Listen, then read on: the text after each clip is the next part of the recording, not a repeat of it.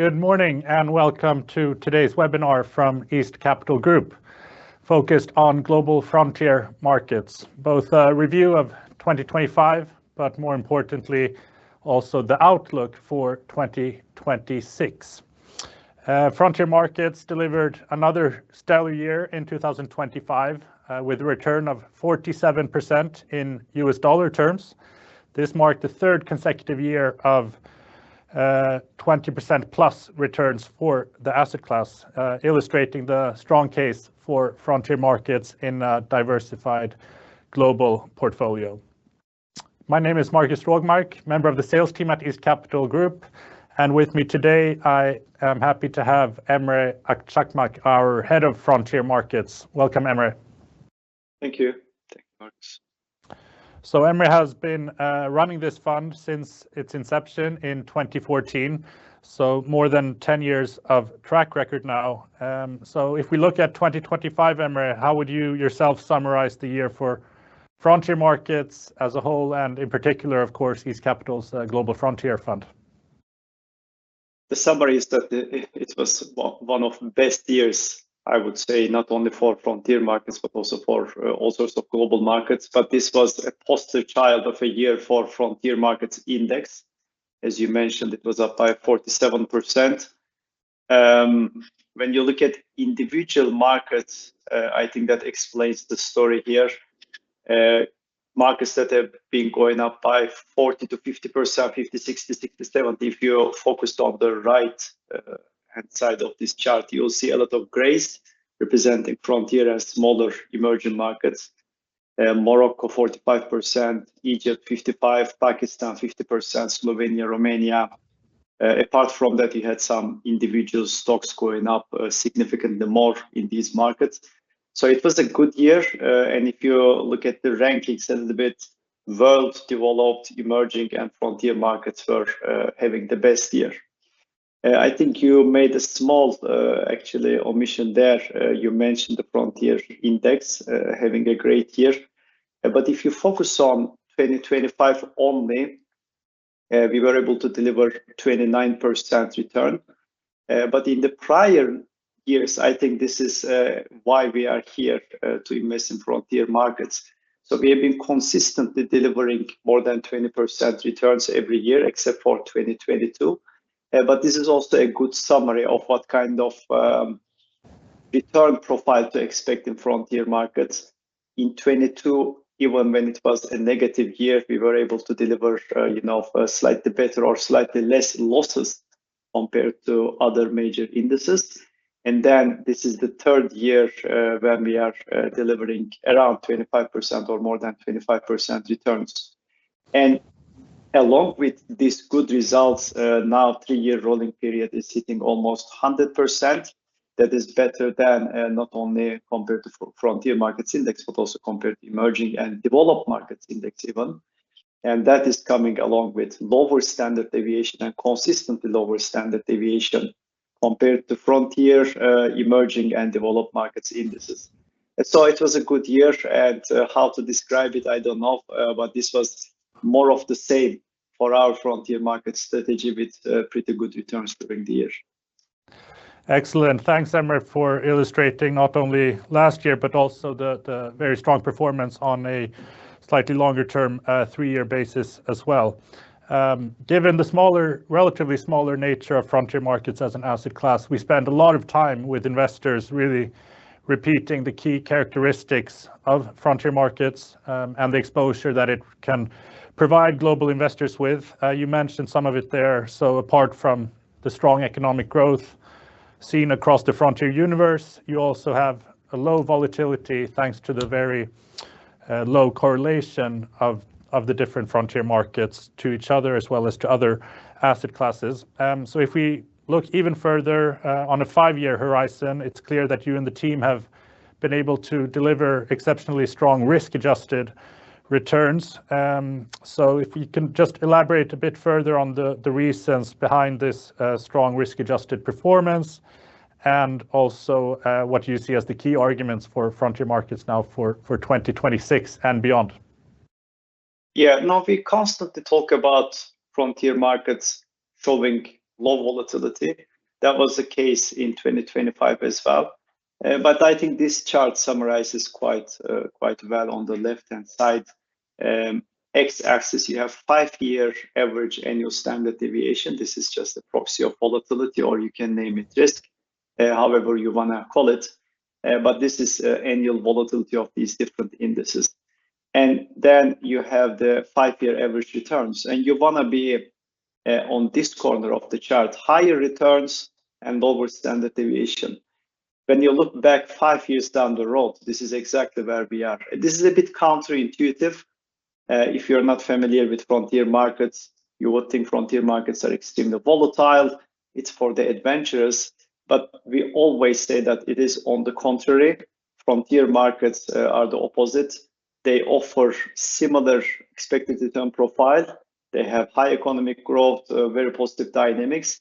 They are doing at least as well as emerging markets from that perspective, and in most cases better in terms of growth dynamics. But what is unique about frontier markets is that when you melt all these markets in one pot, you get lower standard deviations due to low correlations among individual frontier markets. So this is not a coincidence. This is not for 1 year. We looked at the previous chart as well, or previous table as well, where you had high returns and low volatility. And when you look at different asset classes or different themes here, US small cap value, large cap growth, ESG leaders, world, high dividends, and so on, whichever comparison you make, you get lower standard deviation. And in most of the cases, we have been able to deliver these good returns. And very simple multiple here, when you look at annual returns divided by standard deviation, it's a bit of an outlier in terms of this risk return profile. And going forward, I think this is the boring part about frontier markets, because if you ask me anytime, or if you asked me anytime during the last more than 10 years, or if you ask me next 10 years, I think the story won't change. You have strong economic growth. This is there, and this is structural economic growth. So I think it will be here to stay. It is very well diversified. But what's new now is that you have very strong momentum. Local financial conditions are really good, and global risk appetite and momentum are there. Consistent and high economic growth continue. And on top of that, we have now all-time low valuations for our portfolio, despite this very strong performance. Absolutely. Thanks, Emre. And really great to see the great performance for our Frontier Markets Fund. I mean, there's a lot of talk, of course, about the exceptional returns we're seeing in the US markets. But I think this is really an eye-opener for many investors as well, to see that the frontier markets are really on par or even above returns seen in the US. Nevertheless, risks are, of course, ever present in our world today, and also in frontier markets. What's your own assessment of the risk profile today, particularly on the macroeconomic front, as well as currency risk, which is something we spend a lot of time with speaking to investors about as well? Yeah, we can conclude that together. I think the problem with developed markets mostly is that now people are having some fears about AI, whether this is a bubble or if it's a super cycle that it continue for a long while.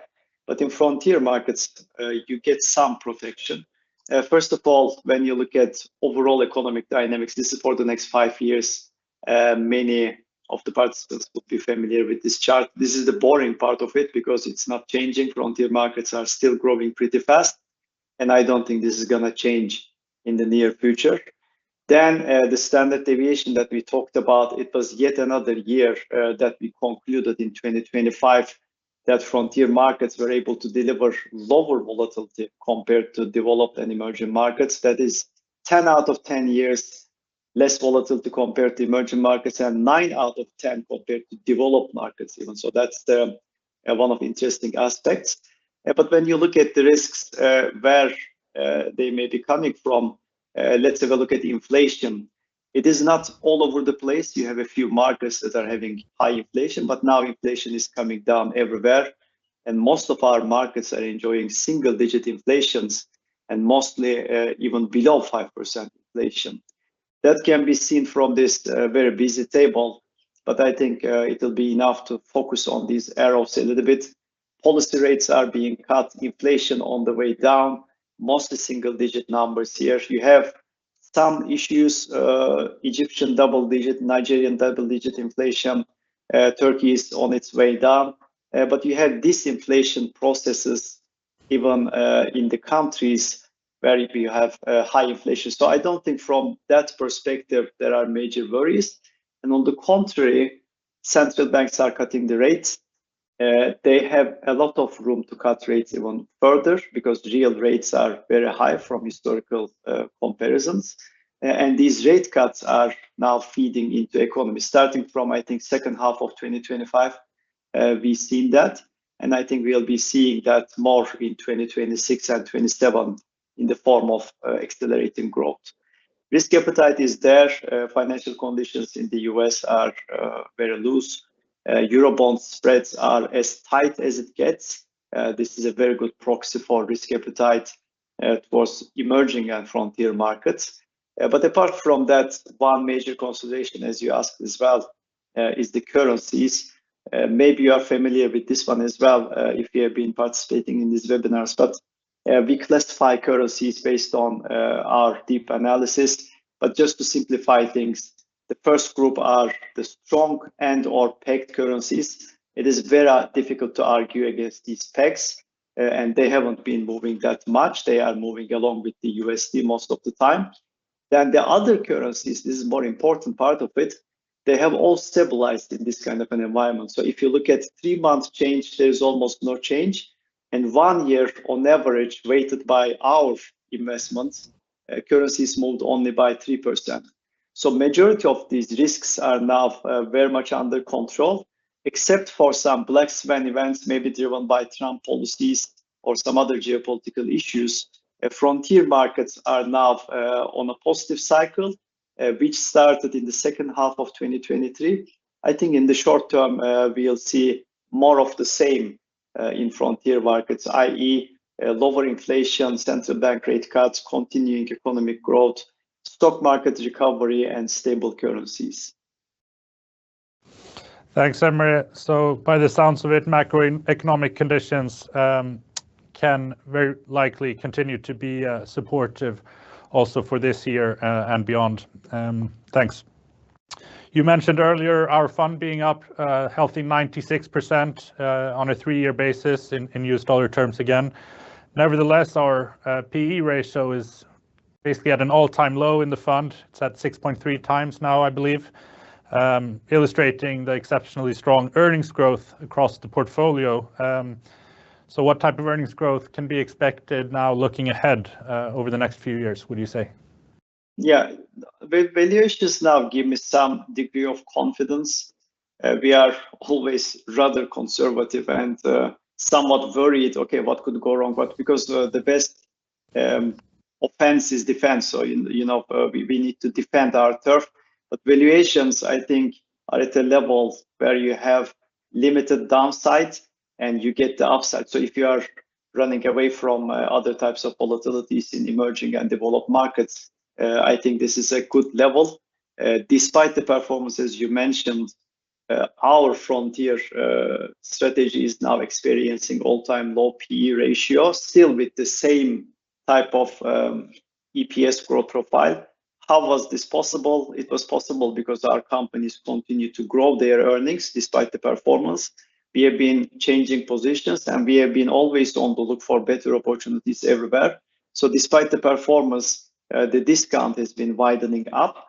And when you look at individual markets, you'll also see that this time around, you don't want to be on the right-hand side of the chart. You want to be on the left-hand side of the chart, and you'll see a lot of gray colors here as well. Individual markets are rather cheap. I don't want to call them cheap, but let's call them appealing or attractive. Really, a lot of markets at 5, 6, 7, 8, 9 times, and we are picking the best opportunities in those markets. And what's even better is that our earnings growth of companies, it is continuing. This is the historical numbers. We always talk about mid-teens type of EPS growth. This is what we were able to deliver over the last 10 years. And this and next year, it still looks like mid-teens will be achievable in terms of EPS growth. So what you are looking at now at the moment is that a strategy that has some momentum, good momentum over the last few years, good valuations, attractive valuations that are pretty well supported by future earnings growth as well. Yeah, I can only echo that. I think that's a good summary, basically, of where we stand today as we enter 2026. Looking closer at the fund's positioning for the year in terms of both country and sectors, what can you tell us there?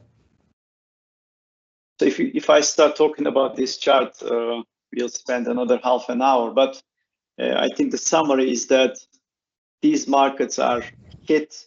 They recovered due to some economic reforms, IMF programs for different reasons, maybe decline in oil prices. But when you look at them today, we have Vietnam, which is growing by 8%. That was the growth in 2025. And for this year, they are targeting to grow even faster, closer to 10%. So that's a pretty fantastic market at these numbers. But also, I think most of the upside, even more compared to Vietnam, in my opinion, should be coming from Egypt. Economic recovery is continuing. Currency has stabilized. Inflation is declining.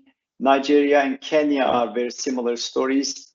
You had some political uncertainties in all these markets during the last 2-3 years as well. But coming from a low base, now economies are strongly recovering. Currencies are important. Again, I mentioned for Egypt, but for Nigeria, Kenya, also for Pakistan, is the same story. So in, I think, half of the markets that we invest in, we have this very positive dynamics of economies recovering, inflation coming down, central bank cutting the rates, and that is feeding more into economy, and that is supporting currencies and supporting further growth as well. And in these markets, we have a lot of companies at 3, 4, 5 times PE. But apart from that, Eastern Europe still seeing the positive momentum with peace hopes in Eastern Europe, or the calming down of the situation a little bit. And then you have some markets that are somewhere in the middle. Maybe Saudi Arabia will have its own challenges, UAE, Morocco. But beyond this market level of thought, we have a lot of stock picking opportunities, and there will always be new opportunities. Now we are looking into companies which might benefit from what's happening in Venezuela. We are not taking any positions yet because I think the jury is out. We can't yet conclude what's happening there. But also we are following the developments closely, what's happening in Iran. So we will always have new opportunities, new challenges as well on the way, because the universe is simply too broad. And how we are positioned, still around 40 holdings, pretty well diversified portfolio across many different markets. 20 different markets is what we have now. Active share is very high, 83%. It's been 80 to 85% over the past 5-7 years, I think. I think ROE matters. We invest in highly profitable companies. 27% ROE is for 2026. And dividend yields are pretty high. That is providing further support, both downside support and upside potential at the 5.7% PE in stable currencies. And from another angle, it's pretty well diversified also across different markets and across different sectors. And this is what we intend to keep it throughout 2026 as well. Excellent, Emre. And I think, again, just circling back to the slide you were showing earlier with many of the different countries and regions seen across our universe, it's, as you mentioned, very, very diverse. And each region has its own set of performance dynamics and performance drivers. So really what Emre and the team are trying to do here is pick the best opportunities that we see across this very broad universe. And that together is what makes such an attractive investment case as we see it. Rounding off, Emre, if we basically look ahead, just listening to you, you sound relatively optimistic for the outlook. Is that a correct interpretation? And is there anything keeping you awake at night? Well, I don't want to call myself optimistic. If I'm calling myself optimistic, I usually add cautiously optimistic, because these are also markets that are going through big transformations. You always have different uncertainties. So let's call it cautiously optimistic. But it's a pretty constructive, pretty positive environment. A lot of challenges are behind, and we are seeing things being stabilized and things are moving in the right direction. So in absence of any black swan event, I think the universe is still looking good and still looking like an even better alternative to other investment options in emerging and developed markets, given the downside protection and given the momentum that we are seeing on the market. So let's call it cautiously optimistic, but it's a pretty decent environment that we haven't seen in many years. Yeah, thanks, Emre. No, and I agree. And as you correctly point out, with a valuation of 6.3 times, there is indeed a good degree of downside protection. And what I also found interesting was something you mentioned with regards to AI. We hear today, of course, a lot of discussions around, the future of the AI play and whether the investment case will stay as strong as it has been. So I think for investors seeking some diversification and exposure away from AI frontier markets as well can offer some very interesting opportunities. So with that, thanks, Emre, for sharing your insights today, and thanks, of course, to all our listeners for dialing in. Happy, as always, to set up individual calls should you wish to explore frontier markets further. Thanks a lot.